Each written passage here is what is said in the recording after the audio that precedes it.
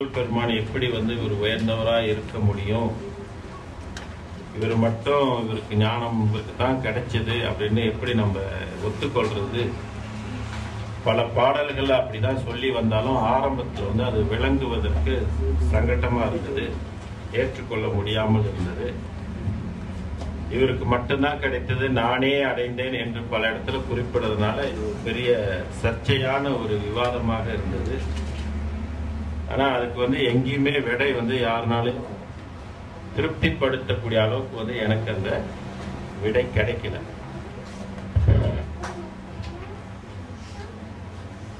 அப்பதான் இந்த 6ஆம் திருமுறை அலசிக்கிட்டே வரும் பொழுது இந்த பாடல் தான் முதல் பாடலாக எனக்கு ஒரு தெளிவை கொடுத்தது. இந்த தெளிவுல இருந்து அப்புறம் அப்படியே ஒன்னொன்னா வந்தது. இந்த பாடல் படிக்கும் போது இந்த பாடலை இப்படி போடணும் அப்படின்றது ஒரு உணர்வும் எனக்கு உணர்த்தப்பட்டதால் தான் இப்படி போட்டேன். இந்த மாதிரி நீங்க எந்த புக்லயும் பார்த்திருக்க முடியாது, எந்த இதுலயும் இந்த மாதிரி இந்த வெளிகளை இப்படி போட்டு இதுவரையில யாரும் பிரிச்சு இப்படி பார்த்துருக்க முடியாது. அது நமக்கு உணர்த்ததுனால இப்படி போட்டது. இப்படி போட்டதுனாலதான் நிறைய விஷயங்கள் இதை பார்த்து நம்ம படிக்கும் போது நிறைய விஷயம் தெரிஞ்சுக்க முடியும். இது ஒரு மோல்டு மாதிரி இதை வச்சுக்கிட்டு படிக்கணும். அப்பதான் அந்த அருட்பாவே என்னன்னு விளங்கலைன்னா விளங்காது. ஆக இதுல என்ன சொல்றாரு? நான்முகர்கள் மிக பெரிய. நான்முகர் என்பது படைப்பு கர்த்தா, படைக்கக்கூடிய ஒரு வெளி. இந்த படைக்கக்கூடிய வெளி ஒண்ணு இருக்கிறதுனாலதான் மனதுக்குள்ள இது சார்ந்து இருக்குது. ஏன்னா மனம் கடந்து போகும்போது இந்த வெளிதான் வரும்.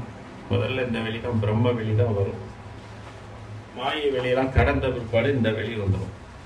இந்த வெளி இருக்கிறனால இதுக்கு ஒரு ஆட்சி இருக்கு. இந்த ஆட்சி நம்மளோட கண்ட்ரோல்ல இல்லை. அதனால நம்ம வேண்டான்னு இறந்தாலும் என்ன செஞ்சிடும், அது மீண்டும் பிறக்கும். அல்லது வயதாகி இறந்துட்டாலும் சரி இந்த வெளி நம்மளை மீண்டும் பிறக்கும். எத்தனை கோடி பிறந்து இறந்தும் பிரம்மன் இன்னும் சலிக்கவில்லையேன்னு பெருமான் பாடுவார். கேள்விப்பட்டிருக்கீங்களா? ஒரு பாடல்.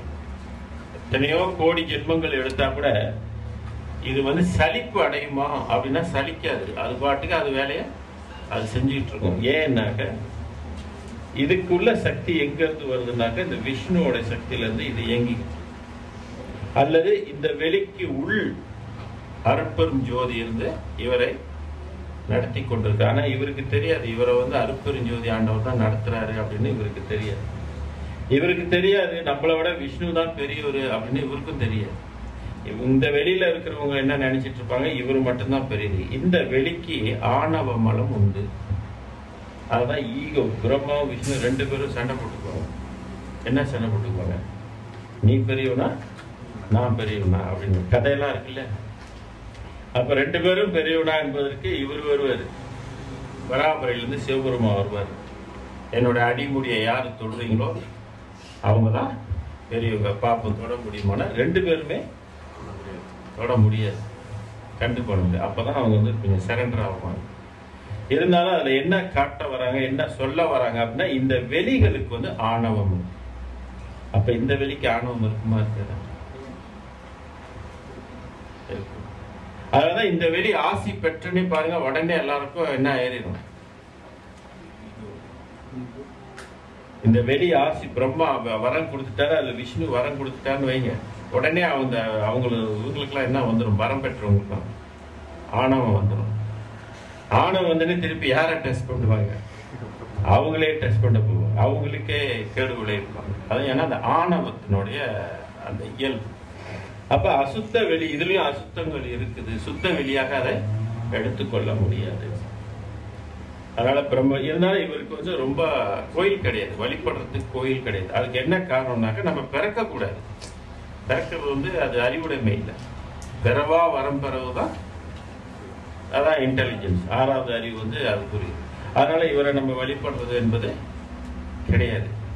ஒரு சில இந்தியாவில் ஒரு சில கோயில்கள் மட்டும் இருக்குது. ஆனா இவர் காக்கக்கூடியவர். அதனால இவரை நம்ம வழிபடுகின்றோம். ஏன்னா சாகாம இருக்கிறதுக்கு இவரோட பங்கு ரொம்ப முக்கியமான பங்கு. இவருடைய சக்தி எங்க வேலை செய்யுது அப்படின்னு கேட்டீங்கன்னாக்க தொப்புள் பகுதியில இருந்து வேலை செய்யுது. விஷ்ணு நீர் அம்சம், தண்ணி எல்லாம் குடிக்கிறவங்க தான் நிக்குது. அதனால விஷ்ணு சக்தி தான் இந்த பகுதி. இது வந்து ப்ரொடக்ஷனுக்குரிய சக்தி, உற்பத்தி, ஜீவர்களை வந்து உற்பத்தி செய்கின்றது. அப்ப பிரம்மாவும் நம்மக்குள்ளதான் இருக்கிறாரு, விஷ்ணுவும் நம்மக்குள்ளதான் இருக்கிறாரு. அப்படி இருக்கக்கூடியவங்கள சொல்றாரு நான்முகர் மிகப்பெரிய. அவருக்கு ஏகப்பட்ட பவர் இருக்குது. பெரியன்னா அவர் அந்த பெரியவருக்குள்ள பவரும் இருக்குது. சாதாரண பவர் இல்ல, மிகப்பெரிய பவர், படைக்கின்ற தன்மை அவர்கிட்ட உண்டு. அதான் நான்முகர்கள் மிகப்பெரிய. ஆங்கவரில் பெரிய நாரணர்கள். விஷ்ணு என்பவர் அவரை விட பெரியவர். இவர் படைக்க முடியும்னாக்க இவரும் படைக்க முடியும், காக்க முடியும். ஆனா இவரால காக்க முடியும். அந்த மாதிரி ஒவ்வொரு ரேங்க்கு போகும்போது அவங்களுடைய ஆற்றல்ல வந்து வேறுபடும். அதான் நாரணர்கள் மற்றவரின் நாடின் மிகப்பெரிய. ஏதோ விஷ்ணுன்னு சொல்லக்கூடியது. இன்னைக்கு தமிழகத்துல எடுத்துக்கிட்டீங்கன்னாக்க நிறைய அந்த வைணவரும் சொல்லக்கூடிய மார்க்கம் இருக்கு. 6 சமயங்கள் இது ஒன்று. இதுக்கு சமயம் கிடையாது, ஆனா இதுக்கு சமயம் உண்டு. வைணவர்கள் அதெல்லாம் இப்படி போடுவாங்க, ராமம் போடுவாங்க. கோயிலுங்களுக்கெல்லாம் போனீங்கன்னாக்க துளசி தீர்த்தம் தான் கொடுப்பாங்க, விபூதி கொடுக்க மாட்டாங்க. விபூதி கொடுக்கறதுலாம் இதுக்குள்ளது இதெல்லாம் வந்து விபூதி கொடுக்கறவங்க. இதுக்கு மட்டும் இது மட்டும் தான் கொடுப்பாங்க, துளசி தீர்த்தம் மட்டும்தான் கொடுப்பாங்க. அதனால விஷ்ணுவுடைய இவர் வந்து ரொம்ப அலங்கார பிரியர். அலங்கார பிரியர்னாக்க நல்லா ஜோடனைய விரும்பக்கூடியது. இதுக்கு இன்னொரு இது வந்து விஷ்ணு இது வந்து எப்படின்னாக்க ஒரு மோகம் உடையது. மோகம்னா விருப்பம். இந்த சக்தி நமக்குள்ள இருந்தா அப்புறம் நம்ம எப்படி இருக்கும்? சக்தியே மோகமா இருந்தாக்கா அப்புறம் நம்ம கதை எப்படி இருக்கும்? நமக்கும் உலகில் மோகங்கள் எல்லாமே இருந்து கொண்டு இருக்கும். அதனால இது வந்து விஷ்ணு சக்தின்னு சொல்றது. இதுக்கு இந்த பெரும்பாலும் விஷ்ணுவை வந்து எங்க வச்சிருப்பாங்கன்னு கேட்டீங்கன்னா தண்ணியில தான் வச்சிருப்பாங்க. இவர் எங்க படுத்திருப்பாரு? தண்ணி. அப்படின்னா என்ன அர்த்தம்? இது தண்ணி சக்தி. விஷ்ணு என்பது தண்ணி சக்தி. தண்ணி எப்படி வந்துச்சு? ஹைட்ரோஜன் 2 அணுக்களும் ஆக்சிஜன் 1 அணுக்களும் 2 அணுக்களும் ஒன்றுபடும் போது ஆட்டோமேட்டிக்கா தண்ணி வந்து தண்ணியை மறுபடியும் ஹீட் நெருப்பு கொடுத்தோம்னு சொன்னா ரெண்டும் பிரிஞ்சிடும். ஹைட்ரோஜனா அது பிரிஞ்சு போயிடும். அதுபோல இது வந்து ஒரு மூல சக்தி கிடையாது, பட் இது ஒரு கூட்டு சக்தி. அப்போ உலகத்துல முக்காவாக எது? தண்ணி. அப்ப இவரோட ஆற்றல், இவருக்கு எவ்வளவு பெரிய பவர் இருக்கு. நம்ம உடம்புல ஒரு செல்ஸ்ல வந்து 91% வந்து முழுக்க முழுக்க தண்ணி தான். அப்புறம் இருக்கக்கூடிய மிச்சம் 9 பகுதி வந்து மற்ற தன்மைகள், உலோகங்கள் வந்து அதை கலந்துருக்கும் ஒரு செல்ஸ். அப்படின்னா பார்க்க போனா வெள்ளைக்காரன் ஆராய்ச்சி பண்ணிட்டு என்ன சொல்றான், ஒவ்வொரு மனிதனும் ஒரு வாட்டர் டேங்க். நம்ம வந்து தண்ணி கூறாக நடமாடிக்கிட்டு இருக்கிறோம். இல்லைங்களா? ஒட்டகம் எப்படி தண்ணி தேக்கி வச்சுக்கிட்டு இருக்கோ அது மாதிரி நம்ம உடம்பு கூறாக தண்ணி குறைஞ்சி போனா என்ன ஆயிடும்? மூளை ஒழுங்க எங்க கோளாறு ஏற்பட்டது. ஆக இது விஷ்ணு வெளி, ஒரு நீர் வெளி. தண்ணியாகவும் இருக்கு, தண்ணி வெளியாகவும் இருக்குது. அதுதான் உள்ள உருகும் போது எல்லாமே எப்படி என்ன கூறா வருது? தண்ணி கூறாக இருக்கு. போக போக எல்லாத்துலயும் தண்ணி கூறு இருந்துகிட்டே இருக்கும். அதுல இப்படி மிகப்பெரிய ஒரு சக்தி கொண்டதாக இந்த நாரணர் இருக்கிறார். அவரை விட பெரியவர் யார் இருக்கிறாங்க? நாரணர் மற்றவரின் நாடி மிக பெரிய. நாடினா ஆய்வு பண்ணி பார்த்தாங்க அவரை விட பெரியவர் வான்முகத்தை உருத்திரர்கள். வான்னா வெளி, வான்முகத்துல வந்து உருத்திரர் வந்து மிகப்பெரியவர். ருத்ரன் அப்படின்னு சொல்றது. ருத்ரன் வந்து என்ன ஒரு அம்சம் கேட்டீங்கன்னா அக்னி கூறு. அப்ப அக்னி மிகப்பெரிய அண்ட சராசரங்கள் எல்லாம் ஒரு அக்னி வருது. இத திருமூலர் சொல்லுவார், அங்கி மிகாமை வைத்தான் உலகேலையும். 7 உலகங்கள்லயும் வந்து அங்கி மிகாமை, அங்கி கூடாம கரெக்டா வச்சிருக்கிறான்னு சொல்லுவார். பொங்கி மிகாமாய் வைத்தான் பொருள் தானுமே. அந்த இதுல வந்து பொங்கி மிகாமை வைத்தான் தமிழ் சாஸ்திரம். தமிழ் சாஸ்திரத்துல இந்த அங்கியை பத்திலாம் பொருள் சொல்லி வைத்திருக்கிறாங்க. எங்கும் மிகாமை வைத்தான். இந்த அங்கி வந்து மிகுந்துராம கணக்கா அளவோட வச்சிருக்கிறான். தங்கி மிகாமை வைத்தான் தமிழ் சாஸ்திரமே. தமிழ் சாஸ்திரங்கள் இது சொல்லப்பட்டிருக்கு. அப்படி ருத்ரன் வந்து ரொம்ப ரொம்ப முக்கிய பங்காக இது இருக்கு. அதே மாதிரி நம்ம உடம்புலயும் அக்னி இருக்கா இல்லையா? இருக்குது. 98.4 ஃபெரன்ஹீட். ருத்ரன் கையில என்ன இருக்கும்? உடுக்க இருக்கு. அதனால இங்க பாத்தீங்கன்னா ஒரு டுக் டுக் டுக் டுக் டுக் டுக் அப்படின்னா யார் இருக்கிறா? ருத்ரன் இருக்கிறான். ருத்ரன் கழுந்துட்டான்னு வச்சுங்க, அப்புறம் அங்க டுக் டுக் டுக் டுக் இருக்காது. டுக் டுக் டுக் இல்லைன்னா என்ன அர்த்தம்? ஜாலான் அவரு வெளியாயிட்டாருன்னு அர்த்தம். வெளியாயிட்டு எங்க போயிட்டாரு? அவரு ஒண்ணு செத்து போல. அவர் இருந்த உடம்பு என்ன ஆயிடுச்சு? அவரு வீட்டை விட்டு வெளியாயிட்டாரு, அவ்வளவுதான். உடனே எங்க இருப்பாரு அவரு? அவரை தேடி பிடிக்கணும்னா எங்க போய் பிடிக்கலாம்? புவர்லோகத்துல இருப்பாரு. புவர்லோகத்துல பாடி இல்லாம இருப்பாரு இல்லைங்களா? பூலோகத்துக்குள்ள பாடியோட இருப்பாரு. மூச்சு காற்று டுக் டுக் சத்தம் இல்லைன்னா அவர் வந்து புவர்லோகத்துல இருப்பாரு. அப்புறம் புவர்லோகத்துல இருக்கிற இவரு சும்மா விடுவார? உடனே அவரை பிறவிக்கு வந்து நீ ஏன் இங்க வந்த? நீ மறுபடியும் போ, நீ போக வேண்டிய இடம் விட்டுட்டு ஏன் இங்க வந்த? அதனால நான் உன்னை திருப்பி பிறப்பிப்பேன் அப்படின்னு அவர் மறுபடியும் பிறக்கி வைப்பார். இந்த அவர் பிறக்கி வைக்கிறதுக்குள்ள நம்ம படுற பாடு இருக்குது. நான் போக விட்டுட்டு அவருக்காக செய்யற சடங்கு கடங்கு என்னென்னமோ இவர் கூட்டிட்டு வர மாதிரி என்னதான் பண்ணினாலும் சரி, அவர் வந்து அடுத்து போய்கிட்டே இருப்பாரு. அடுத்த ரவுண்டுக்கு அவர் போயிட்டு இருப்பாரு. நம்மளை விட்டுட்டு அடுத்தவருக்கு போயிடும். அடுத்து பால் குடிக்க வந்துடுவாரு. நம்ம அவருக்கு படையல் போட்டுட்டு இருப்போம், வருஷம் வருஷம் சாப்பிராணி போட்டுட்டு இருப்போம்.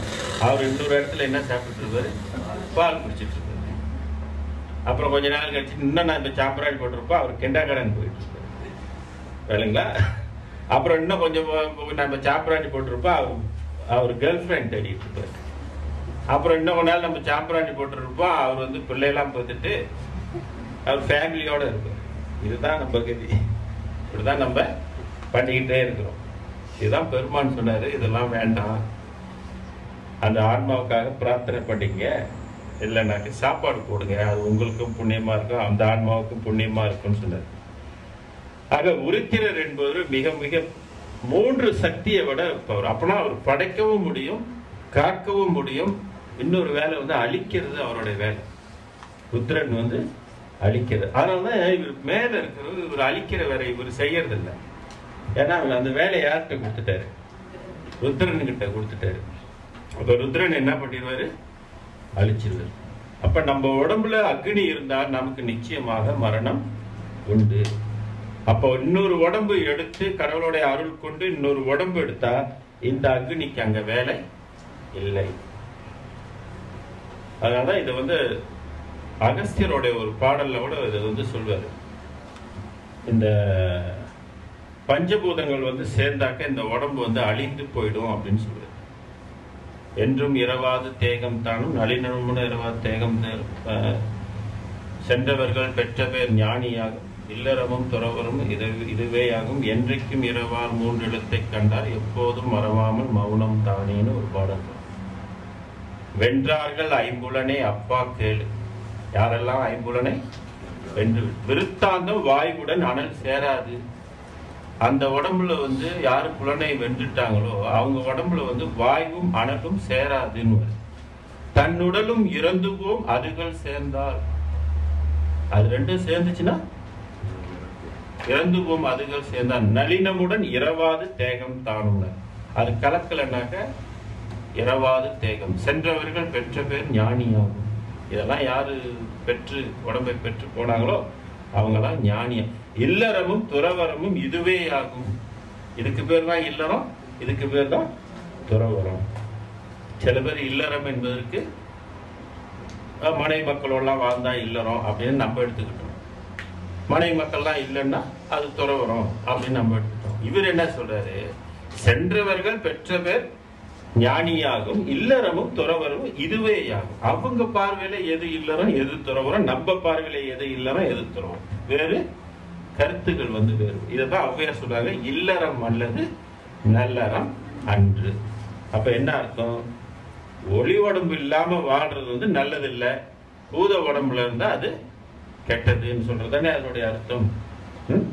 இல்லறம் இருக்கு, அப்படி ஒரு சிறப்பு இருக்கிறது. அந்த ருத்ரன் தான் மூல காரணமா இருக்குது. அப்ப நம்ம இந்த ருத்ரனை நம்பி இருந்துகிட்டு இருக்கணும். 98.4 என்ன வேலை செஞ்சுட்டு இருக்காரு நம்ம கிட்ட. நம்ம சத் விசாரணை செய்யும்போது நான் சொல்லியிருக்கிறேன், இந்த ருத்ரன் என்ன பண்ணிட்டு இருக்கு, நம்ம என்னென்ன கொடுத்துட்டு இருக்குது. பசி, பசி, தூக்கம், தூங்குறோம் இல்லையா, கரெக்டா மணியான தூக்கம் வருது இல்லையா, எல்லாம் இதுதான் காரணம் உள்ளுக்கு. அப்புறம் காமம், கோபம் உண்டாக்குறது, தாகம் உண்டாக்குறது, மயக்கம், மதுனம், இதெல்லாம் வந்து அக்னியினோட கூறு. அப்ப இதை வச்சுக்கிட்டு வாழ்னா என்ன ஆகும் நம்ம பொழப்பு? சிறப்பா இருக்குமா? சிறப்பா இருக்கு. அது வஞ்சிக்கும். இது வந்து நம்மளை சமயம் பார்த்து இது நம்மளை கொன்றக்கூடாது. அதனால வான்முகத்த உரித்திரர்கள் மற்றவரில் பெரிய மகேஸ்வரர். இந்த ருத்ரனை விட பெரியவர் யாருன்னு கேட்டா மகேஸ்வரர். அப்ப இவர் வந்து படைக்கவும் முடியும், காக்கவும் முடியும், அழிக்கவும் முடியும், அருள் செய்யவும் முடியும். மகேஸ்வரன் சொல்லக்கூடிய 5வது இதுல இருப்பார். 1, 2, 3, 4வது இதுல வந்து மகேஸ்வரர் வந்து இருப்பார். இவர் வந்து என்ன தன்மையில் உள்ளவர்? இவரோட போதம் என்ன போதும்? காற்று, வாயுன்னு சொல்றது. வாயு பகவான் சொல்றோம் இல்லையா, வாயு பகவான். பகவானாலே கடவுள். இந்த உடம்பு முழுதும் இயங்குறதுக்கு என்ன வேணும்? காற்று வேணும். இந்த உலகம் முழுதும் பலவிதமான கேஸ் இருக்குது.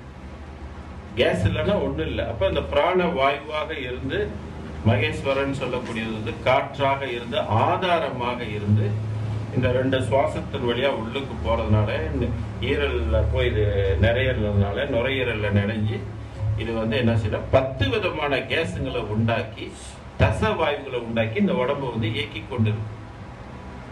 போறது ஒரு ஆக்சிஜன். ஆனா உள்ளுக்கு போய் 5 பூதங்களோட இது கலந்து எக்ஸ்ட்ரா 10 கேஸுகளை உண்டாக்கி இது உருவாக்கிக்கிட்டு நம்மளை இயக்கி கொண்டு இருக்கு. 10 கேஸ். இதுல ஏதாவது ஒரு கேஸ் குறைஞ்சு போனாக்க நமக்கு சிக்கல் வந்துடும். இன்னும் டீட்டெயில்ஸா அது 10 இது என்ன பண்ணுது அப்படின்றதுக்கு அது வந்து நீங்க இன்னொரு பாடம் படிக்கணும். இந்த உடல் தத்துவம் 96 தத்துவம் படிச்சாக்க அந்த தச வாயுக்களுக்கு பேரு, அதோட டியூட்டி எல்லாமே அதுல வரும். ஆக மகேஸ்வரன் வந்து அவரோட வேலை வந்து காற்று ஆதாரமாக இருக்கு.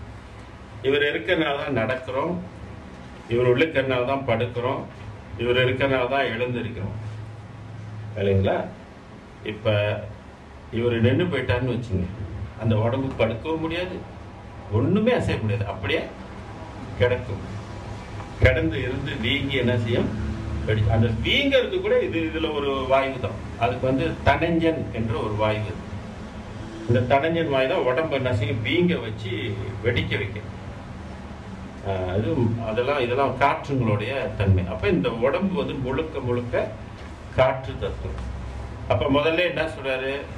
தன்னுடலும் இறந்து போம் அதுகள் சென்ற. நெருப்பும் காத்தும் இருந்தா என்ன செய்யும்? போச்சு. அப்ப நம்ம நெருப்பும் காத்தையும் நம்பி வாழ்ந்து ஒவ்வொரு உறுப்புகளும் காத்தை நம்பி இயங்கிக்கிட்டு இருக்கு. அதனாலதான் இந்த காத்தை கொஞ்சம் நம்ம கூட போதுமான அளவுக்கு இழுத்துக்கொள்ளணும்.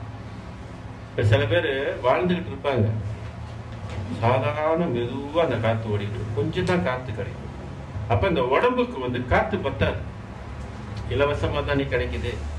அப்ப இலவசமா கிடைக்கிற காத்தை நம்ம என்ன செய்யணும்? கொஞ்சம் கையெல்லாம் வீசி என்ன செய்யணும்? வேகமா நடக்கும்போது காத்து வந்து நம்ம நிறைய இழுக்க முடியும். இல்லைன்னா நம்ம உட்கார்ந்தாவது காத்தை கொஞ்சம் நிறைய எடுக்கணும். இந்த காத்து நல்லா எடுத்தாலே பல நோய்கள் நமக்கு போவதற்கு வாய்ப்பு இருக்கு. காத்துனால நம்ம அடையக்கூடிய நன்மைகள் நிறைய இருக்கு. டாக்டர் மருந்து செய்யாதது இந்த காத்து வேலை செய்யும். ஆனா வயசாக வயசாக இந்த நுரையீரல் என்ன செய்யும்னாக்க அப்படியே ஷ்ரிங்க் பண்ணிடும். பயிற்சி இல்லைனாலும் இயல்பாவே சுருங்கிடும். நம்ம சாதாரணமா மூச்சு இழுத்து அப்படியே இருந்தோம்னா அதுவும் அதுக்கு தக்க மாதிரி சுருங்கிடும். இன்னும் குறைவா இந்த சளி கிளி பிடிச்சிக்கிட்டு இருந்துச்சுன்னா இன்னும் கொஞ்சம் அடைச்சிக்கும், இன்னும் கொஞ்சம் குறைவா இருக்கும். அப்புறம் அன்னாடு எடுத்து பண்ணா கொஞ்சம் எக்ஸ்பென்ஷன் கிடைக்கும். அப்புறம் நம்ம நிறைய காத்து இழுத்து இது பண்ணலாம். காத்து எவ்வளவுக்கு இருக்குதோ ரத்த ஓட்டம் இருக்கும், செல்ஸுங்களுக்குலாம் போதுமான ஆக்சிஜன் கிடைக்கும். அதே மாதிரி காத்து நிறைய இருந்துச்சுனாக்கா மெமரி கூட இருக்கும் வேலைங்களா. பக்குவங்கள்லாம் வித்தியாசமான பக்குவம். அதே காத்தை கொஞ்சம் உள்ளுக்கு அடக்கி அப்புறம் அப்படி விட்டோம்னு வைங்க, இழுத்து உள்ளுக்கு அடக்கி அப்புறம் அப்படி விட்டோம்னு வைங்க, அப்புறம் உள்ளுக்கு இப்படி அடக்கி விட்டோம்னு வைங்க, அந்த மனம் அப்படியே அடி வாங்கின மாதிரி வாங்கி பேசாம இருக்கும். அப்புறம் நம்ம உட்காந்து தியானம் பண்ணும்போது ரொம்ப சுகமா இருக்கும், ரொம்ப அமைதியா இருக்கும். ஆனா கொஞ்ச நேரத்துக்கு திருப்பி உடம்பு மறுபடியும் நடக்குது இல்லையா, திருப்பி அங்கங்க ஓடுறோம் இல்லையா, திருப்பியும் மனம் என்ன செஞ்சிடும், வெளி உலகத்துக்கு வந்துடும். அதனால தியானம் பண்ணும்போது மட்டும் அதை கொஞ்சம் அடக்கி ஒழுங்கா வச்சுட்டு, இப்ப நம்ம ஒரு வேலை செய்யும்போது பிள்ளைய 2 போட்டுட்டு உட்கார வச்சுட்டு வேலை செய்யறோம் இல்லையா, அது மாதிரி இதை 2 போடணும் காத்துல போட்டுட்டு அப்புறம் நம்ம உட்காந்தோமாக்க இது அங்கங்கேயும் நினைக்காது, அங்கங்கெல்லாம் ஓடாது இல்லைங்களா. அதனால சில பேர் என்ன செய்வாங்க, இந்த மனதை வெறும் காற்றுனாலேயே போட்டு அடக்கி அடக்கி அடக்கி அடக்கி வச்சுக்கிட்டு அவங்க மற்றதெல்லாம் விட்டுருவாங்க, அருள் பெறதுக்கு விட்டுருவாங்க. இந்த காற்று பிடிச்சி அடக்குனாக்க இது குண்டலி எழுப்ப முடியும் அப்படின்னு சொல்லிட்டு ஏமாந்துட்டு. ஏன்னா காற்றை அடைத்து சில பாடல்லாம் இருக்கும், ஏற்றி இறக்கி இருகாலும் பூரிக்கும் காற்றை பிடிக்கும் கணக்கு அறிவார் இல்லை, காற்றை பிடிக்கும் கணக்கு அறிவாளருக்கு கூற்றை உதைக்கும் புரியதுவாமேன்னு திருமணம் சொல்லுவோம். அதனால ஓ காற்று தான் மூலம் அப்படின்னு காற்றை பிடிச்சிக்கிட்டே இருக்கும். வெறும் காற்றை பிடிச்சி என்ன எதுக்கு ஆகும், விந்து இருக்கணும், அதுக்கு உணவு மாற்றி இருக்கணும், உப்பு நீக்கி இருக்கணும், மற்ற ரகசியங்கள்லாம் தெரியணும் இல்லையா, பேக்கேஜ் சிஸ்டம் தெரியணும் இல்லையா. வெறும் காற்று மட்டும் பிடிச்சி வச்சுட்டு ஒன்றும் செய்ய முடியுமா. இப்ப இன்னொரு பயிற்சி ஒன்று இருக்குது, இன்னைக்கு பத்திரிகைகள் கூட போட்டிருக்கிறாங்க. இந்த மெட்ரிக்காவுக்கு வந்து யாரோ ஒரு 300 டன் உள்ள ஒரு இதை வந்து பல்லுல கடிச்சு இழுக்க போறாங்க. பல்லுக்கு ஏது அவ்வளவு பெரிய சக்தி, அந்த பிராண உருவுக்கு சக்தி இருக்கு. அது எப்படி அது சக்தி கிடைக்குதுன்னா இது பிராணாயாமம் தான் இல்லைங்களா. பிராணாயாமம் செஞ்சுதான் ஏற்கனவே ஒரு சாதனை எல்லாம் பண்ணியிருக்கிறாரு அவரு. இப்ப இன்னொரு சாதனை வந்து முறியடிக்க போறாரு. இதெல்லாம் நமக்கு ஒரு நல்ல எவிடன்ஸ், மனிதனுக்குள்ள இந்த பிராணாயாமத்தினால இவ்வளவு சக்தி வந்து பெற முடியும். ஆனா இவ்வளவு சக்தி பெற்றாலும் இந்த உள்ளத்தை வந்து உருக்க முடியாது. அப்ப என்ன அர்த்தம்,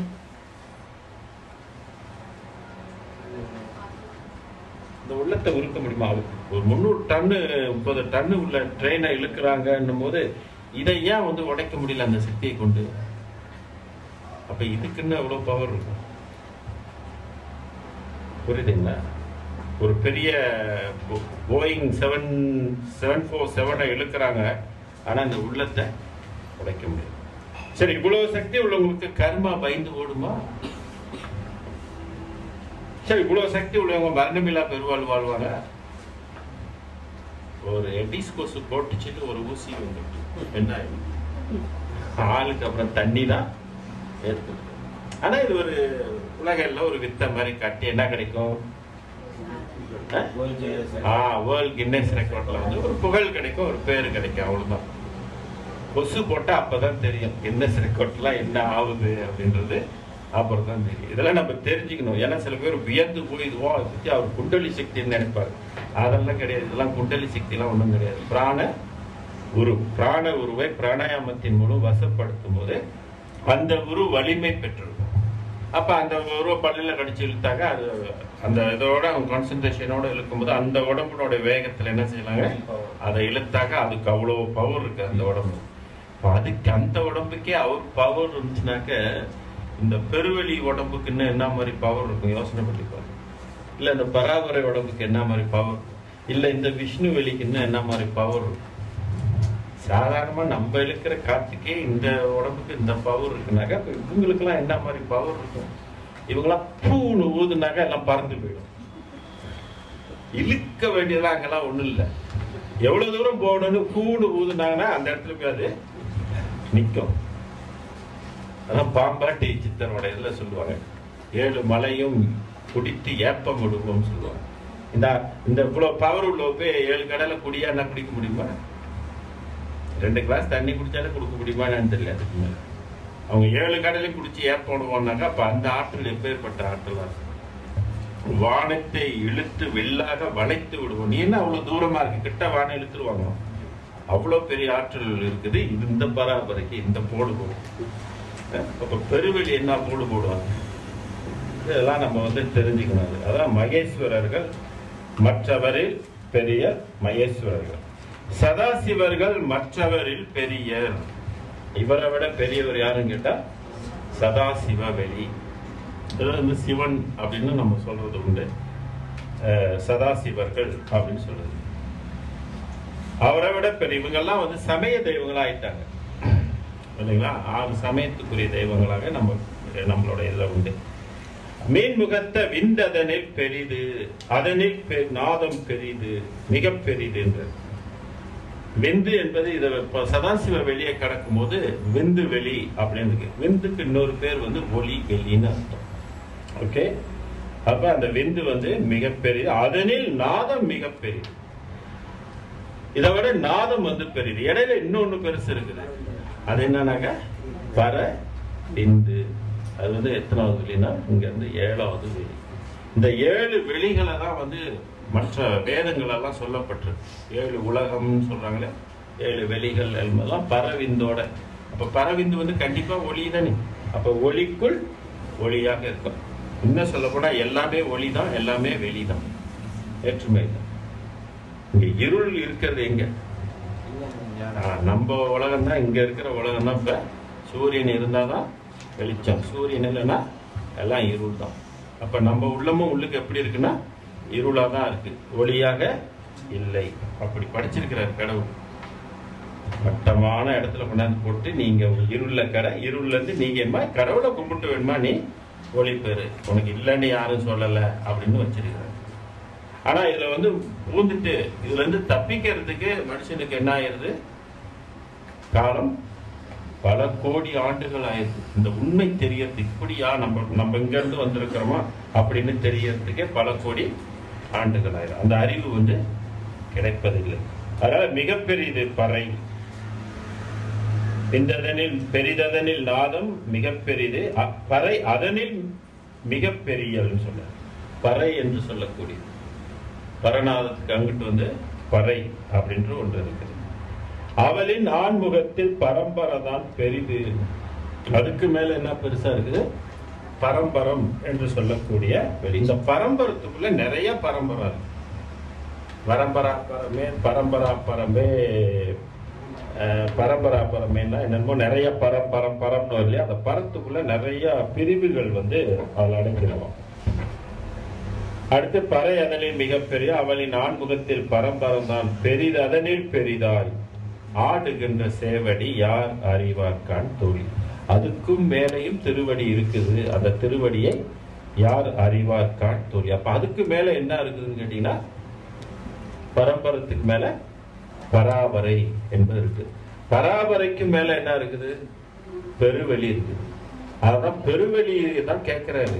அந்த அதுக்கு மேல இருக்கிற அந்த திருவடி வந்து யார் அறிவார்கான் தோழி. ஏன்னா இங்க உள்ளவங்களே அறிய மாட்டார்கள், பராபரையை கூட இங்க உள்ளவங்களாம் அறிய மாட்டாங்க. அப்புறம் அதுக்கு மேல பராபரை கூட அறிய முடியுமானா அறிவதற்கு அதுவும் முடியாது. இதுதான் அடிப்படை. இந்த 6ஆம் திருமுறைக்குள்ள பூந்து ஏதாவது விஷயம் எடுக்கணும்னு சொன்னா, எந்த நூல் படிச்சாலும், எந்த தலைப்புல நீங்க எந்த பாடம் படிச்சாலும், இந்த வெளியை நல்லா முதல்ல நம்ம புரிஞ்சு கரைச்சி குடிச்சிடணும். அப்படியே நம்ம இதுல இருக்கணும், நம்ம மைண்ட்ல வந்து இந்த இருக்கணும் இந்த ஸ்டேஜஸ். ஏன்னா பாடங்கள் படிக்கும் போது இதுல வரும், அவர் எந்த வெளியே சொல்றாரு. இப்ப பல பாடங்கள்ல வந்து இதை யாரு சொல்ல முடியும், யாரு சொல்ல முடியும்னு சொல்லிக்கிட்டே வர்றாரு இல்லையா? அப்ப இதை வந்து விளக்கணுங்க, அவர் எந்த வெளியே இந்த மாதிரி சொல்லிக்கிட்டு இருக்கிறாரு. இப்ப சில பேர் என்னன்னு, ஏன் இப்படிலாம் எழுதி இருக்கிறாரு, யாரும் காணலன்னு சொல்றாரு, அவர் உரிமையா கேட்கிறாரு, இருந்தா சொல்லுங்கன்னு கேட்கிறாரு, இப்படிலாம் ஏன் பெருமான் எழுதி இருக்கிறாரு அப்படின்னா, அல்ல அது அவங்களாம் அப்படிதான் எழுதுவாங்க. ரோட்ல போறவங்க சொல்ற கதை மாதிரி இல்ல, இவ்வளவு பெரிய அறிவுடையவங்க வந்து சொல்றாங்க, இந்த மாதிரி சொல்றாங்கன்னாக்க காரணம் இல்லாம சொல்ல மாட்டாங்க இல்லையா? அதை ரொம்ப சிம்பிளா எடை போட்டு பார்க்கறது, அதை ரொம்ப நுணுக்கமா நம்ம வந்து ஆய்வு பண்ணும் போதுதான் அது வந்து, அதுக்கு தான் இந்த மாதிரி சாட் போட்டு நம்ம வந்து பார்த்தோமாக்க தெரியும், இல்லைன்னா அது வந்து தெரியாது. ஆக ஆடுகின்ற சேவடி யார் அறிவார்கான் தோழி. பராபரைக்கு மேல இருக்கிற திருவடியை வந்து சொல்லுகின்றார். அதே மாதிரி இதை கடந்து கீழே வரும் பொழுது, பஞ்சபூதங்கள்ல இந்த வெளிகள்லாம் கடந்து கீழே வரும்போது, அதுல வந்து மண் அனந்தம் கோடி அளவுடையது. பூமியிலேயே வந்து மிகப்பெரியது பரப்பளவு கொண்டது வந்து எதுன்னு கேட்டீங்கன்னா, இந்த 9 கிரகங்கள்ல இதுல வந்து பூமியில உலகத்துல உயிர்கள் வாழக்கூடிய இடம் எதுன்னு கேட்டீங்கன்னா இந்த இதுதான். வேற இதுல இன்னும் உயிர் இருக்குதான்னு இப்பதான் எல்லாம் கண்டுகிட்டு இருக்கிறாங்க. ஆனா இவங்க வந்து இதுவரையில எங்கேயும் சொல்லல உயிர்கள் வாழுது. ஆனா கண்டிப்பா இந்த உடம்போடு எதுவும் வாழ முடியாது, இருக்கிறதுக்கு வாய்ப்பே இல்லை. ஏன்னா மேல போக போக என்ன இல்லை, காத்து இல்லை. அப்ப காத்து இல்லைன்னாக்க மற்ற கிரகங்கள்ல உயிர்கள் வாழ்வதற்கு வாய்ப்பே இல்லை. அதனால மண் அனந்தம் கோடி அளவுடையது. கோடி அளவுடையது அப்படின்னாக்க இது பெரிய கோடி பவருடைய சக்தி கொடையது இந்த மண். இந்த மண்ணுக்கு ஒரு சக்தி இருக்குது, ஈர்ப்பு சக்தி இல்லைங்களா? பயங்கரமான சக்தி உடையது இந்த மண். மிகப்பெரிய பரப்பளவு, இது சாதாரணது இல்லை. அதாவது தண்ணியை விட, மண்ணை விட தண்ணி அதிகமாக இருக்குது. இதை விட இது மாதிரி ஒரு 20 மடங்கு பெருசு சூரியன். அப்படின்னா அது எவ்வளவு பெரிய பத்தாரு, அது எவ்வளவு பெரிய வட்டம் உடையதாக இருந்தா அது எரிஞ்சுக்கிட்டு இருந்தாங்க. அதுக்கு எவ்வளவு கேஸ் சப்ளை பண்ணணும், மீத்தன் கேஸ். அது இவ்வளோ காலமா இருந்து இரவும் பகல் அதுக்கு ஓய்வே இல்லையே, எரிஞ்சுக்கிட்டே தான் இருக்குது. ஆனா இந்த மாதிரி மண்ணு மாதிரி சாலிட்டான பூமி கிடையாது. அது முழுக்க முழுக்க கேஸ். ஸோ 20 மடங்கு இந்த மாதிரி 20 பூமியை கொண்டு அதுக்குள்ள திணிக்கலாம், அந்த கேஸ்குள்ள கொண்டு அப்படி வைக்கலாம். அப்படின்னா அது அவ்வளோ பெருசு. கடவுள் இன்னும் அதை விட பெரிய ஒளியா இருக்கிறாரு. அந்த ஒளியை வச்சா இது சின்ன ஒளின்றாரு பெருமாள். சூரியன் சின்ன ஒளி, இதை விட 20 மடங்கு பெருசு பூமியை விட. அவ்வளோ ஒளி பிரகாசம் கொண்டு அது எரிந்து கொண்டு இருக்குது. அதை அருட்பெரும் ஜோதியோட ஒப்பிடும் போது அது ஒரு சின்ன ஒளின்னு சொல்றாரு. எப்படி இருக்குது? அவங்களுக்கு அது ரொம்ப சிறுசு அப்படின்னு சொல்றாரு. அதனால இங்க மண் அனந்தம் கோடி அளவுடையது, நீர் அதனில் வயங்கிய 101 கோடி. இது 1000 கோடின்னா அது ஒரு 101 கோடி, 100 கோடி இன்னும் அதை விட சக்தி வாய்ந்தது தண்ணி. ஏன்னா இந்த மண் எங்க இருந்து படைக்கப்பட்டதுன்னா தண்ணியிலிருந்து படைக்கப்பட்டது. தண்ணி எங்க இருந்து வந்துச்சு? அக்னியில இருந்து வந்துச்சு. அக்னி எங்க இருந்து வந்துச்சு? காற்றுல இருந்து வந்துச்சு. காற்று எங்க இருந்து வந்துச்சு? ஆகாயத்துல இருந்து வந்துச்சு. ஆகாயம் எங்க இருந்து வந்துச்சு? வெளிகள்ல இருந்து அந்த ஆகாயம் தோன்று. இப்படிதான் உலகம் ஒன்றிலிருந்து அப்படியே ஆகாயத்துல அசுத்த ஆகாயம், அசுத்த ஆகாயத்துல இருந்து காற்று, காற்றுல இருந்து நெருப்பு, நெருப்புல இருந்து தண்ணி, தண்ணில இருந்து மண், மண்ணுல இருந்து ஜீவ ராசிகள். திருப்பி மண்ணுல இருந்து எங்க போகணும்? விண்ணுக்கு போகணும். அப்ப மண்ணுலக வாசிகள்லாம் எங்க போகணும்? விண்ணுலக. இப்ப எல்லாம் மண்ணுக்குள்ளேயே போய்கிட்டு இருக்கு. ஏன்னாக்கா அருள் துணை இல்லை. அருள் துணை இருந்தாதான் விண்ணுக்கு போகும். ஆக மண் அனந்தம் கோடி அளவுடையது, நீர் அதனில் வயங்கிய 101 கோடி, மேல் அதிகம் வன்னி, எண்ணிய 1000 ஆயுதம், கோடியின் மேல் இலக்கம். வன்னி என்ற கூடியது அதை விட, தண்ணியை விட வன்னிக்கு இன்னும் பவர் அதிகம். அது எவ்வளவா? எண்ணிய 1000 ஆயுதம்ன்றது. அப்படின்னா 1000 கோடிக்கு மேல ஆயுதம், கோடியின் மேல் லக்கம். லக்கம் என்பது லட்சம், அதாவது இலக்கம் சொன்னார். லக்கம் 84 மேல் அதிகம் வலியோடு வான். காற்றை விட வான் இன்னும் ரொம்ப அதிகமானது. விண் அளவும் மூல உயிர் மாமாயை குடிலை. இவ்வளவும் மூல உயிர்கள் எல்லாமே எது மூடி இருக்கோ? மாயை. மிக பெரிய சக்தி அது. அப்ப மண்ணை விட தண்ணிக்கு சக்தி கூட, தண்ணியை விட நெருப்புக்கு சக்தி கூட, நெருப்பை விட காற்றுக்கு சக்தி கூட, காற்றை விட வானுக்கு சக்தியை கூட, அதை விட மாயைக்கு இன்னும் சக்தி கூடன்றாரு. மாமாயை. அப்ப எப்படி இருக்கும் அது? அப்ப இந்த சக்தியை கொண்டு வெல்ல முடியுமா அந்த மாயையை? முடியாது. அதான் இந்த தெய்வங்கள் எல்லாம் வழிபட்டு மாயையை வெல்ல முடியாது. சும்மா பொழப்பு ஓட்டிக்கிட்டு இருக்கலாம். இந்த பூலோகத்துல நானும் சாமி கும்பிட்டு இருக்கலாம். ஆனா வெளியே மாயையை வெல்ல முடியாது. இதை சட்டமுடிவர் ஒரு பாடல சொல்லுவாரு. உலகமதில் பிறப்பஞ்சை மாயை தள்ள, ஒருவரால் முடியாது கடினமெத்த. அந்த மாயை பத்தி அப்புறம் இன்னொரு இடத்துல வரும். 6 கோடி மாயா சக்தியை பத்தி வரும். இந்த அவ்வளோ பவர்ஃபுல்லா இருக்கக்கூடிய இந்த விண்ணளவும் மூல உயிர் மாமாயை குடிலைன்னு சொன்னாரு. அது எவ்வளவு சக்தின்னு கேட்டாக்க 6 கோடிக்கு மேல சக்தி ஆகும். அந்த சக்தியை பற்றி சட்டமுனிவர் பாடல சொல்றாங்க. ஏன்னா இந்த நிலைக்கு போனவங்களுக்கே மாயையை பத்தி தெரிய முடியாது. மாயையை வென்றுதானே போயிருக்கிறாங்க. அப்ப அவர் சொல்றாரு, உலகம் அதில் பிறப்பஞ்சை மாயை தள்ள, ஒருவரால் முடியாது கடினமெத்த.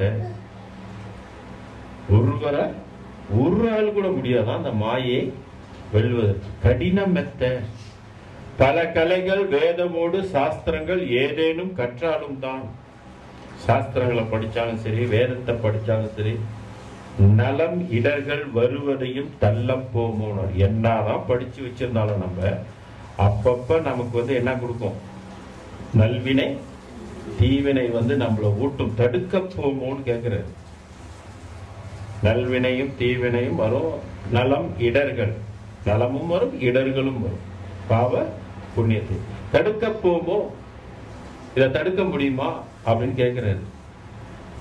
அப்ப இவ்வளவு சக்திகள் பலம் வாய்ந்தது சாதாரண ஒரு மனிதன் நம்ம சோறு சாப்பிட்டுட்டு, கீரை சாப்பிட்டுட்டு, பருப்பு சாப்பிட்டுட்டு, ஐஸ் தண்ணி கொஞ்சம் குடிச்சிட்டு, இதுல உண்டாகிற கொஞ்சம் சக்தியை கொண்டு போய் இவ்வளவு பெரிய மாயை வெல்ல முடியுமே? நம்ம சாப்பிட்ற உணவுல இருந்து கிடைக்கக்கூடிய சக்தியை வச்சு இவ்வளவு பெரிய மாயை யாரும் வெல்ல முடியுமானா நிச்சயமாக சாத்தியம் இல்லை. அதுதான் உணர்மதில் பிறப்பஞ்சை மாயை தள்ள ஒருவரால் முடியாது கடினமெத்த. பல கலைகள் வேதமோடு சாஸ்திரங்கள் ஏதேனும் கற்றாலும் தான் நலம் இடர்கள் வருவதையும் தள்ள போமோ நாதாந்த நடுவனையை காண்பதுண்டோ. இது என்னது? நாதாந்த நடுவனை. அவர் காலத்துக்கு இத காண முடியாது அப்படின்னு சொல்றாரு. அப்ப காணும்னா என்ன செய்யணும்? அடுத்து சொல் குலம் அறிய.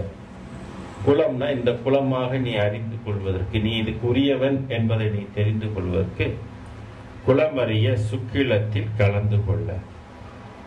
சுக்கிலம் என்று சொல்லக்கூடியது சுக்லாம் பரதம் சொல்றோம். இந்த திருவடியில நீ கலந்து கொள்ள.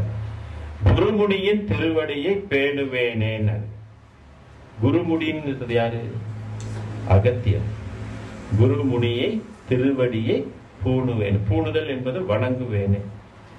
அப்ப ஏன்னா இதுக்கு சீஃபா இருக்கிறது யாரு? அங்க சித்தர்கள். சித்தர்கள்ல அகஸ்தியர் மிக பெரிய ஒரு கும்பமணி பட்டம் பெற்றவர். அவருடைய திருவடியை பூணுவேனே, வணங்குவேனேன்னு. அப்ப வணங்குனா என்ன செய்யுமா? அவர் சொல்றாரு, பூண்டு கொள்ள குலம் காட்டும் குறியை காட்டும் அப்படின்ற. குலம் காட்டும், அந்த குலத்தை அழியாத குலம், ஒன்றே குலம் ஒருவனே தேவன் சொல்றாங்க, அதை காட்டும். அப்ப வணங்குனாதான். அப்ப அதே பிரின்சிபல் தானே இருக்கும். அருப்பெருஞ்சோதி தனித்து நிக்கிறத எப்படி காட்டும்? சும்மா காட்டுமா? அருப்பெருஞ்சோதியை வணங்குனாதான் அதனுடைய உலகத்தை அது காட்டும். அப்ப குலம் காட்டும் குறியை காட்டும். குறி என்பது குறிப்பு, எப்படி போய் சேர்றது என்பது அதுவும் காட்டுமா? அப்ப இந்த வெளிக்கு இயல்பாகவே என்ன தன்மைனா, யார் அதை நேசிக்கின்றார்களோ, யார் அதை வணங்குகின்றார்களோ அவங்களுக்கு இது அந்த அறிவை அவன் படிக்கலாம். மாடு ஓட்டிட்டு இருந்தா கூட சரி, அவனுக்கு கூட இது காட்டினா மிகப்பெரிய பேதையாகும். அது டிகிரி டிப்ளமாலாம் வாங்கணுன்றது அவசியமே இல்லை. பக்தி தான் பாரில் உயர்ந்தது பக்தி, அதை பற்றின பேருக்கே கொண்டு வரும் முத்தி. நான் சீரில் உயர் அட்ட சித்தி யாருக்கும் சித்திக்கும் சிவன் செயலினால் சக்தினா. அப்ப பக்தி வைக்க வைக்க வைக்கதான் அதை பற்றி அதுவே நமக்கு அந்த அறிவை என்ன செய்து கொடுக்குது. ஏன்னா அதோட உலகம் தானே, எல்லாமே உள்ளுக்கு அதுதானே இருக்குது. அதான் நம்ம அருப்பெருஞ்சோதி நீ வணங்கினாதான் இது தெரியும், இல்லைன்னா தெரியாதுன்றாரு பெருமாள். நீ இதை பிடிச்சாதான் உய்ய முடியும், இல்லைன்னா உய்ய முடியாதுன்றார். அப்ப பூண்டு கொள்ள குளங்காட்டும் குறியை காட்டும் பூரண நூல் தனை அறிய புத்தி காட்டும்.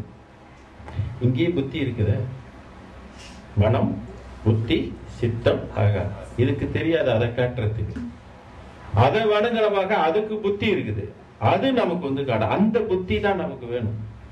இந்த புத்தியை வச்சுக்கிட்டு இது உலகியலுக்கு உள்ள பொருள் ஈட்டத்துக்கு பயன்படுத்தலாம். இந்த புத்தி, அந்த புத்தி தான் நமக்கு போய் காட்டும்.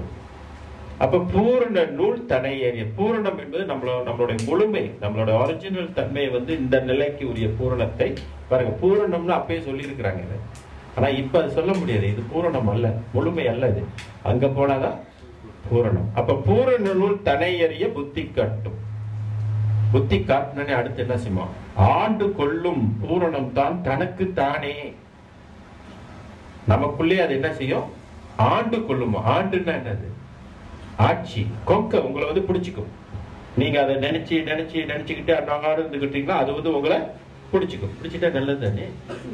பேய் பிசாசெல்லாம் பிடிக்கிறத விட கடவுள் நம்மளை பிடிச்சிக்கிட்டா நல்லது தானே. அவர் கொண்டு போய் அவர் உலகத்துல சேர்த்துக்கு வருது இல்லை. அப்ப ஆண்டு கொள்ளும் பூரணம் தான் தனக்குத்தானே. உங்களுக்குள்ளே என்ன ஆயிரும்? அது ஆண்டு கொள்ளும். அருட்ஜோதி தெய்வம் என்னை ஆண்டு கொண்டது. அவரை ஆண்டுக்குச்சு, இவங்களும் ஆண்டு கொண்டதுன்றாங்க. ஆனா இவரை ஆண்டது பராபர வெளி, வள்ளல் பெருமானை ஆண்டது பெருவெளி. எல்லாம் வேற வேற டிஃபரன்ஸ் அது. அப்ப ஆண்டு கொண்டு அடுத்து என்ன பண்ணுவோம்? ஆண்டு கொள்ளும் பூரணம் தான் தனக்கு தானே ஆதி முடி அறிவை காட்டும். எது ஆதியோ அதை காட்டும். அப்ப எது ஆதி? அப்ப இதெல்லாம் ஆதி கிடையாது கிடையாது கிடையாது, இதுதான் ஆதி என்பது காட்டும். இப்ப அதுவும் போச்சு. இப்ப இதுவும் ஆதி இல்ல. அடியிடைய அடியிடை அடிய அடியிடை அடின்னு வருது இல்லையா? அப்ப அடிக்குள்ள இன்னொரு அடி இன்னும் தாண்டி கூடாது. அப்ப அந்த அருள் இருந்தாதான் அந்த அடியை காட்டும், இல்லைன்னா அது காட்டாது. இப்ப ஆடி முடி அறிவை காட்டும். விளக்கெரிய வேண்டுவது விளக்கெரிய தூண்டுகோல. இது நமக்கு சக்சஸ் ஆகணும்னா என்ன செய்யணும்? விளக்கு எரிய தூண்டுகோல அடிக்கடி என்ன செய்யணும்? நாம் இதை தூண்டிக்கொண்டே இருக்கணும். இதான் பெருமான் என்ன சொல்றாரு? சத் விசாரணைன்னு சொல்றாரு. அடிக்கடி நீ என்ன செஞ்சுக்கிட்டே இருக்கணும்? இத பத்தி நீ சிந்திச்சுக்கிட்டே இருக்கணும். நமக்கு எங்க சிந்திக்க நேரம் இருக்கு? ஊர்ல எவ்வளவு வேலை இருக்கு நமக்கு. எவ்வளவு சிக்கல்ல நம்மளுடைய மைண்ட் நம்ம செலவு பண்ணிட்டு இருக்கோம். காலையில இருந்து சாயந்தரம் வரைக்கும் ஓடிக்கிட்டு கிடக்குறோம். எங்க உட்காந்து கொஞ்ச நேரம் நம்ம எங்க இருந்து வந்தோம் போனோம்னு சிந்திக்கிறதுக்கு மனுஷன் எங்க இருக்குது? ஆனா செஞ்சுதான் ஆகணும், வேற வழியில. 24 மணி நேரத்துல இவ்வளவு சிக்கல்லையும் பிரச்சனையும் நீ எல்லாத்தையும் ஓரம் கட்டிட்டு இந்த மாதிரி ஒதுங்கி வந்துடணும். வந்து கொஞ்ச நேரம் கடவுளை பத்தி நம்மளாம் சத் விசாரணை பண்ணி பேசணும். ஒவ்வொரு நாளும் இப்படி பேசணும், வாய்ப்பு கிடைச்சாங்க இல்லைங்களா? இப்படி பேச பேச பேச அது என்ன செய்யும்? ஓ, நம்மளை பத்தி பூலோகத்துல பேச தேவர்களும் மூவர்களும் பேசுவதன் பேச்சுன்றார் இல்லையா? அது போல கடவுள் என்ன நினைப்பாரு? நம்மளை பத்தி பேசிட்டு இருக்காங்க. அப்ப நம்ம உடனே அங்க பிரசன்ட் பண்ணுவோம். எங்க பேசுறாங்களோ அங்க நம்ம போவோம். என்ன பேசுறாங்க இவனுங்களா நம்மளை பத்தி? சரியாதான் பேசுறாங்களா இல்ல எல்லாம் குழப்பி விட்டுட்டு இருக்கிறானுங்களா அப்படின்னு நம்ம அங்க போய் நின்று பார்ப்போம் அப்படின்னு அவரும் கேட்டுட்டு இருப்பாரு இல்லைங்களா? அவரோட இடம் பேசுகின்ற இடம் என்ன ஆகும்? காலப்போக்குல அந்த இடம் புனிதமாகும். ஆனா வேண்டுவது விளக்கெரிய தூண்டுகோளாய். அடிக்கடி விளக்க நம்ம எப்படி தூண்டுனா அது ஒளிச்சுடர் இருக்கும்.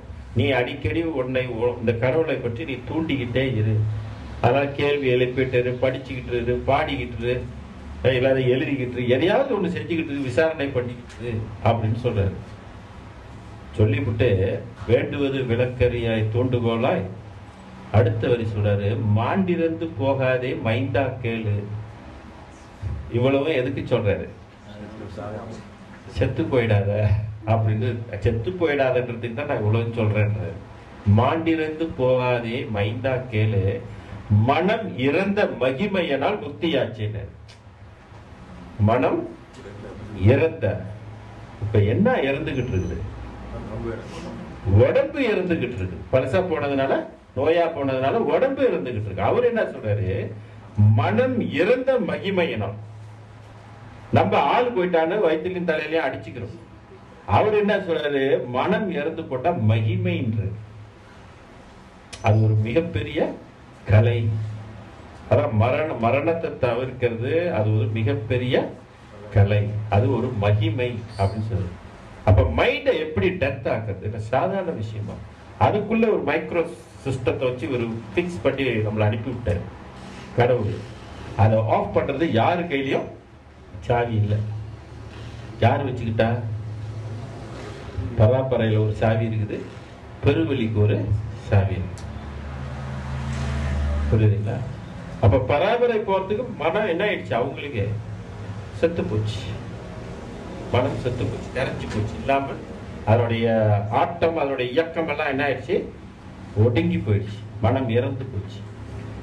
இப்ப மனம் இறந்து போனாதான் சமாதி. ஆனா இப்ப என்ன நடக்குது? சமாதி ஆளு இறந்து போயிட்டா சமாதி, சாமி சமாதி அப்படின்னு இன்னைக்கு பூலோகத்துல உள்ள பேஷன் சாமி செத்து போயிட்டா சமாதி. அந்த காலத்துல உண்மை தெரிஞ்சவங்களுக்கு மனம் இறந்து போயிட்டா அவங்க எப்பொழுதும் சமாதி தான். ஆனா உலகத்தோட தான் வாழ்வாங்க, போவாங்க, வருவாங்க, சாப்பிடுவாங்க, எல்லாம் செய்வாங்க. ஆனா மனம் மட்டும் அப்ப இப்ப இருக்கிற மனம் அது வந்து இதை ஒடுக்கிறதுக்கு ஒரே மூலப்பொருள் வந்து அருள் மட்டும்தான். அருள் இல்லைன்னா சாரி, அருளாலத்தான் அதை ஆஃப் பண்ண முடியும். அதான் மனம் இறந்த மகிமையினால் முத்தியாச்சு. அதுதான் முத்திக்கு வந்து அழகு. இதுதான் வள்ளல் பெருமான் சொல்றாரு. இப்ப நம்ம அதே மனதை வந்து இறக்க வைக்கிறோம். ஆனா இன்னும் ஒரு படி உருக்கி இன்னொரு படி தாண்டி போறதுக்கு அந்த அருள் வந்து பெருவெளியில் உள்ள அருளை வந்து தான் நம்ம பயன்படுத்தும். ஏன்னா மற்ற அருள் வந்து காலத்தால் என்ன ஆயிடுச்சுனாக்க அவர் குன்றி போயிடுச்சுன்னு வச்சிருக்காரு. நீ இனிமே முடியாது, எங்கனம் நான் போவேன்றாரு, எங்கேயும் போக முடியாதுன்றாரு. ஏன்னா அந்த அளவுக்கு அருளுடைய தன்மை இழந்து போச்சு. அப்ப நீ உள்ளத்தை வந்து பண்படுத்த முடியாது. அதெல்லாம் அந்த அருள் பெரும் ஜோதியை பிடிச்சி நீ உயிராதான மனிதன் வேற வழியே கிடையாது. அப்ப இன்னொரு பக்கம் நம்ம யோசிப்போமே, இந்த இது வழிபடாமல் அவன் மேலும் இந்த உலகத்துல வாழ்ந்துகிட்டு பாவங்களை செஞ்சுட்டு இருந்தா என்ன ஆயிடலாம்? அக்யூமுலேட் என்ன ஆகும்? சேர்த்துட்டு இன்னும் சேர்த்துக்கிட்டே போய்கிட்டே இருக்கும்.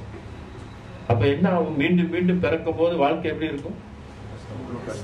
கஷ்டம், மேலும் மேலும் துன்பம், மேலும் மேலும் துன்பம். அப்ப ஒரே வழி இருக்கு. துன்பத்திலிருந்து விடுபடுறதுக்கும் பிறவிலிருந்து விடுபடுறதுக்கும் உள்ளம் பண்படுவதற்கும் உள்ளம் உருகுவதற்கும் ஒரே மருந்து தான் அருட்பெரும் ஜோதி தனிப்பெருங்கள். அதான் மருந்து, நல்ல மருந்து. பாட்டு படிக்கிறார், யாருக்கும் பேசப்படாத மருந்துன்றது, பிறவியை ஒழிக்கும் மருந்துன்றது.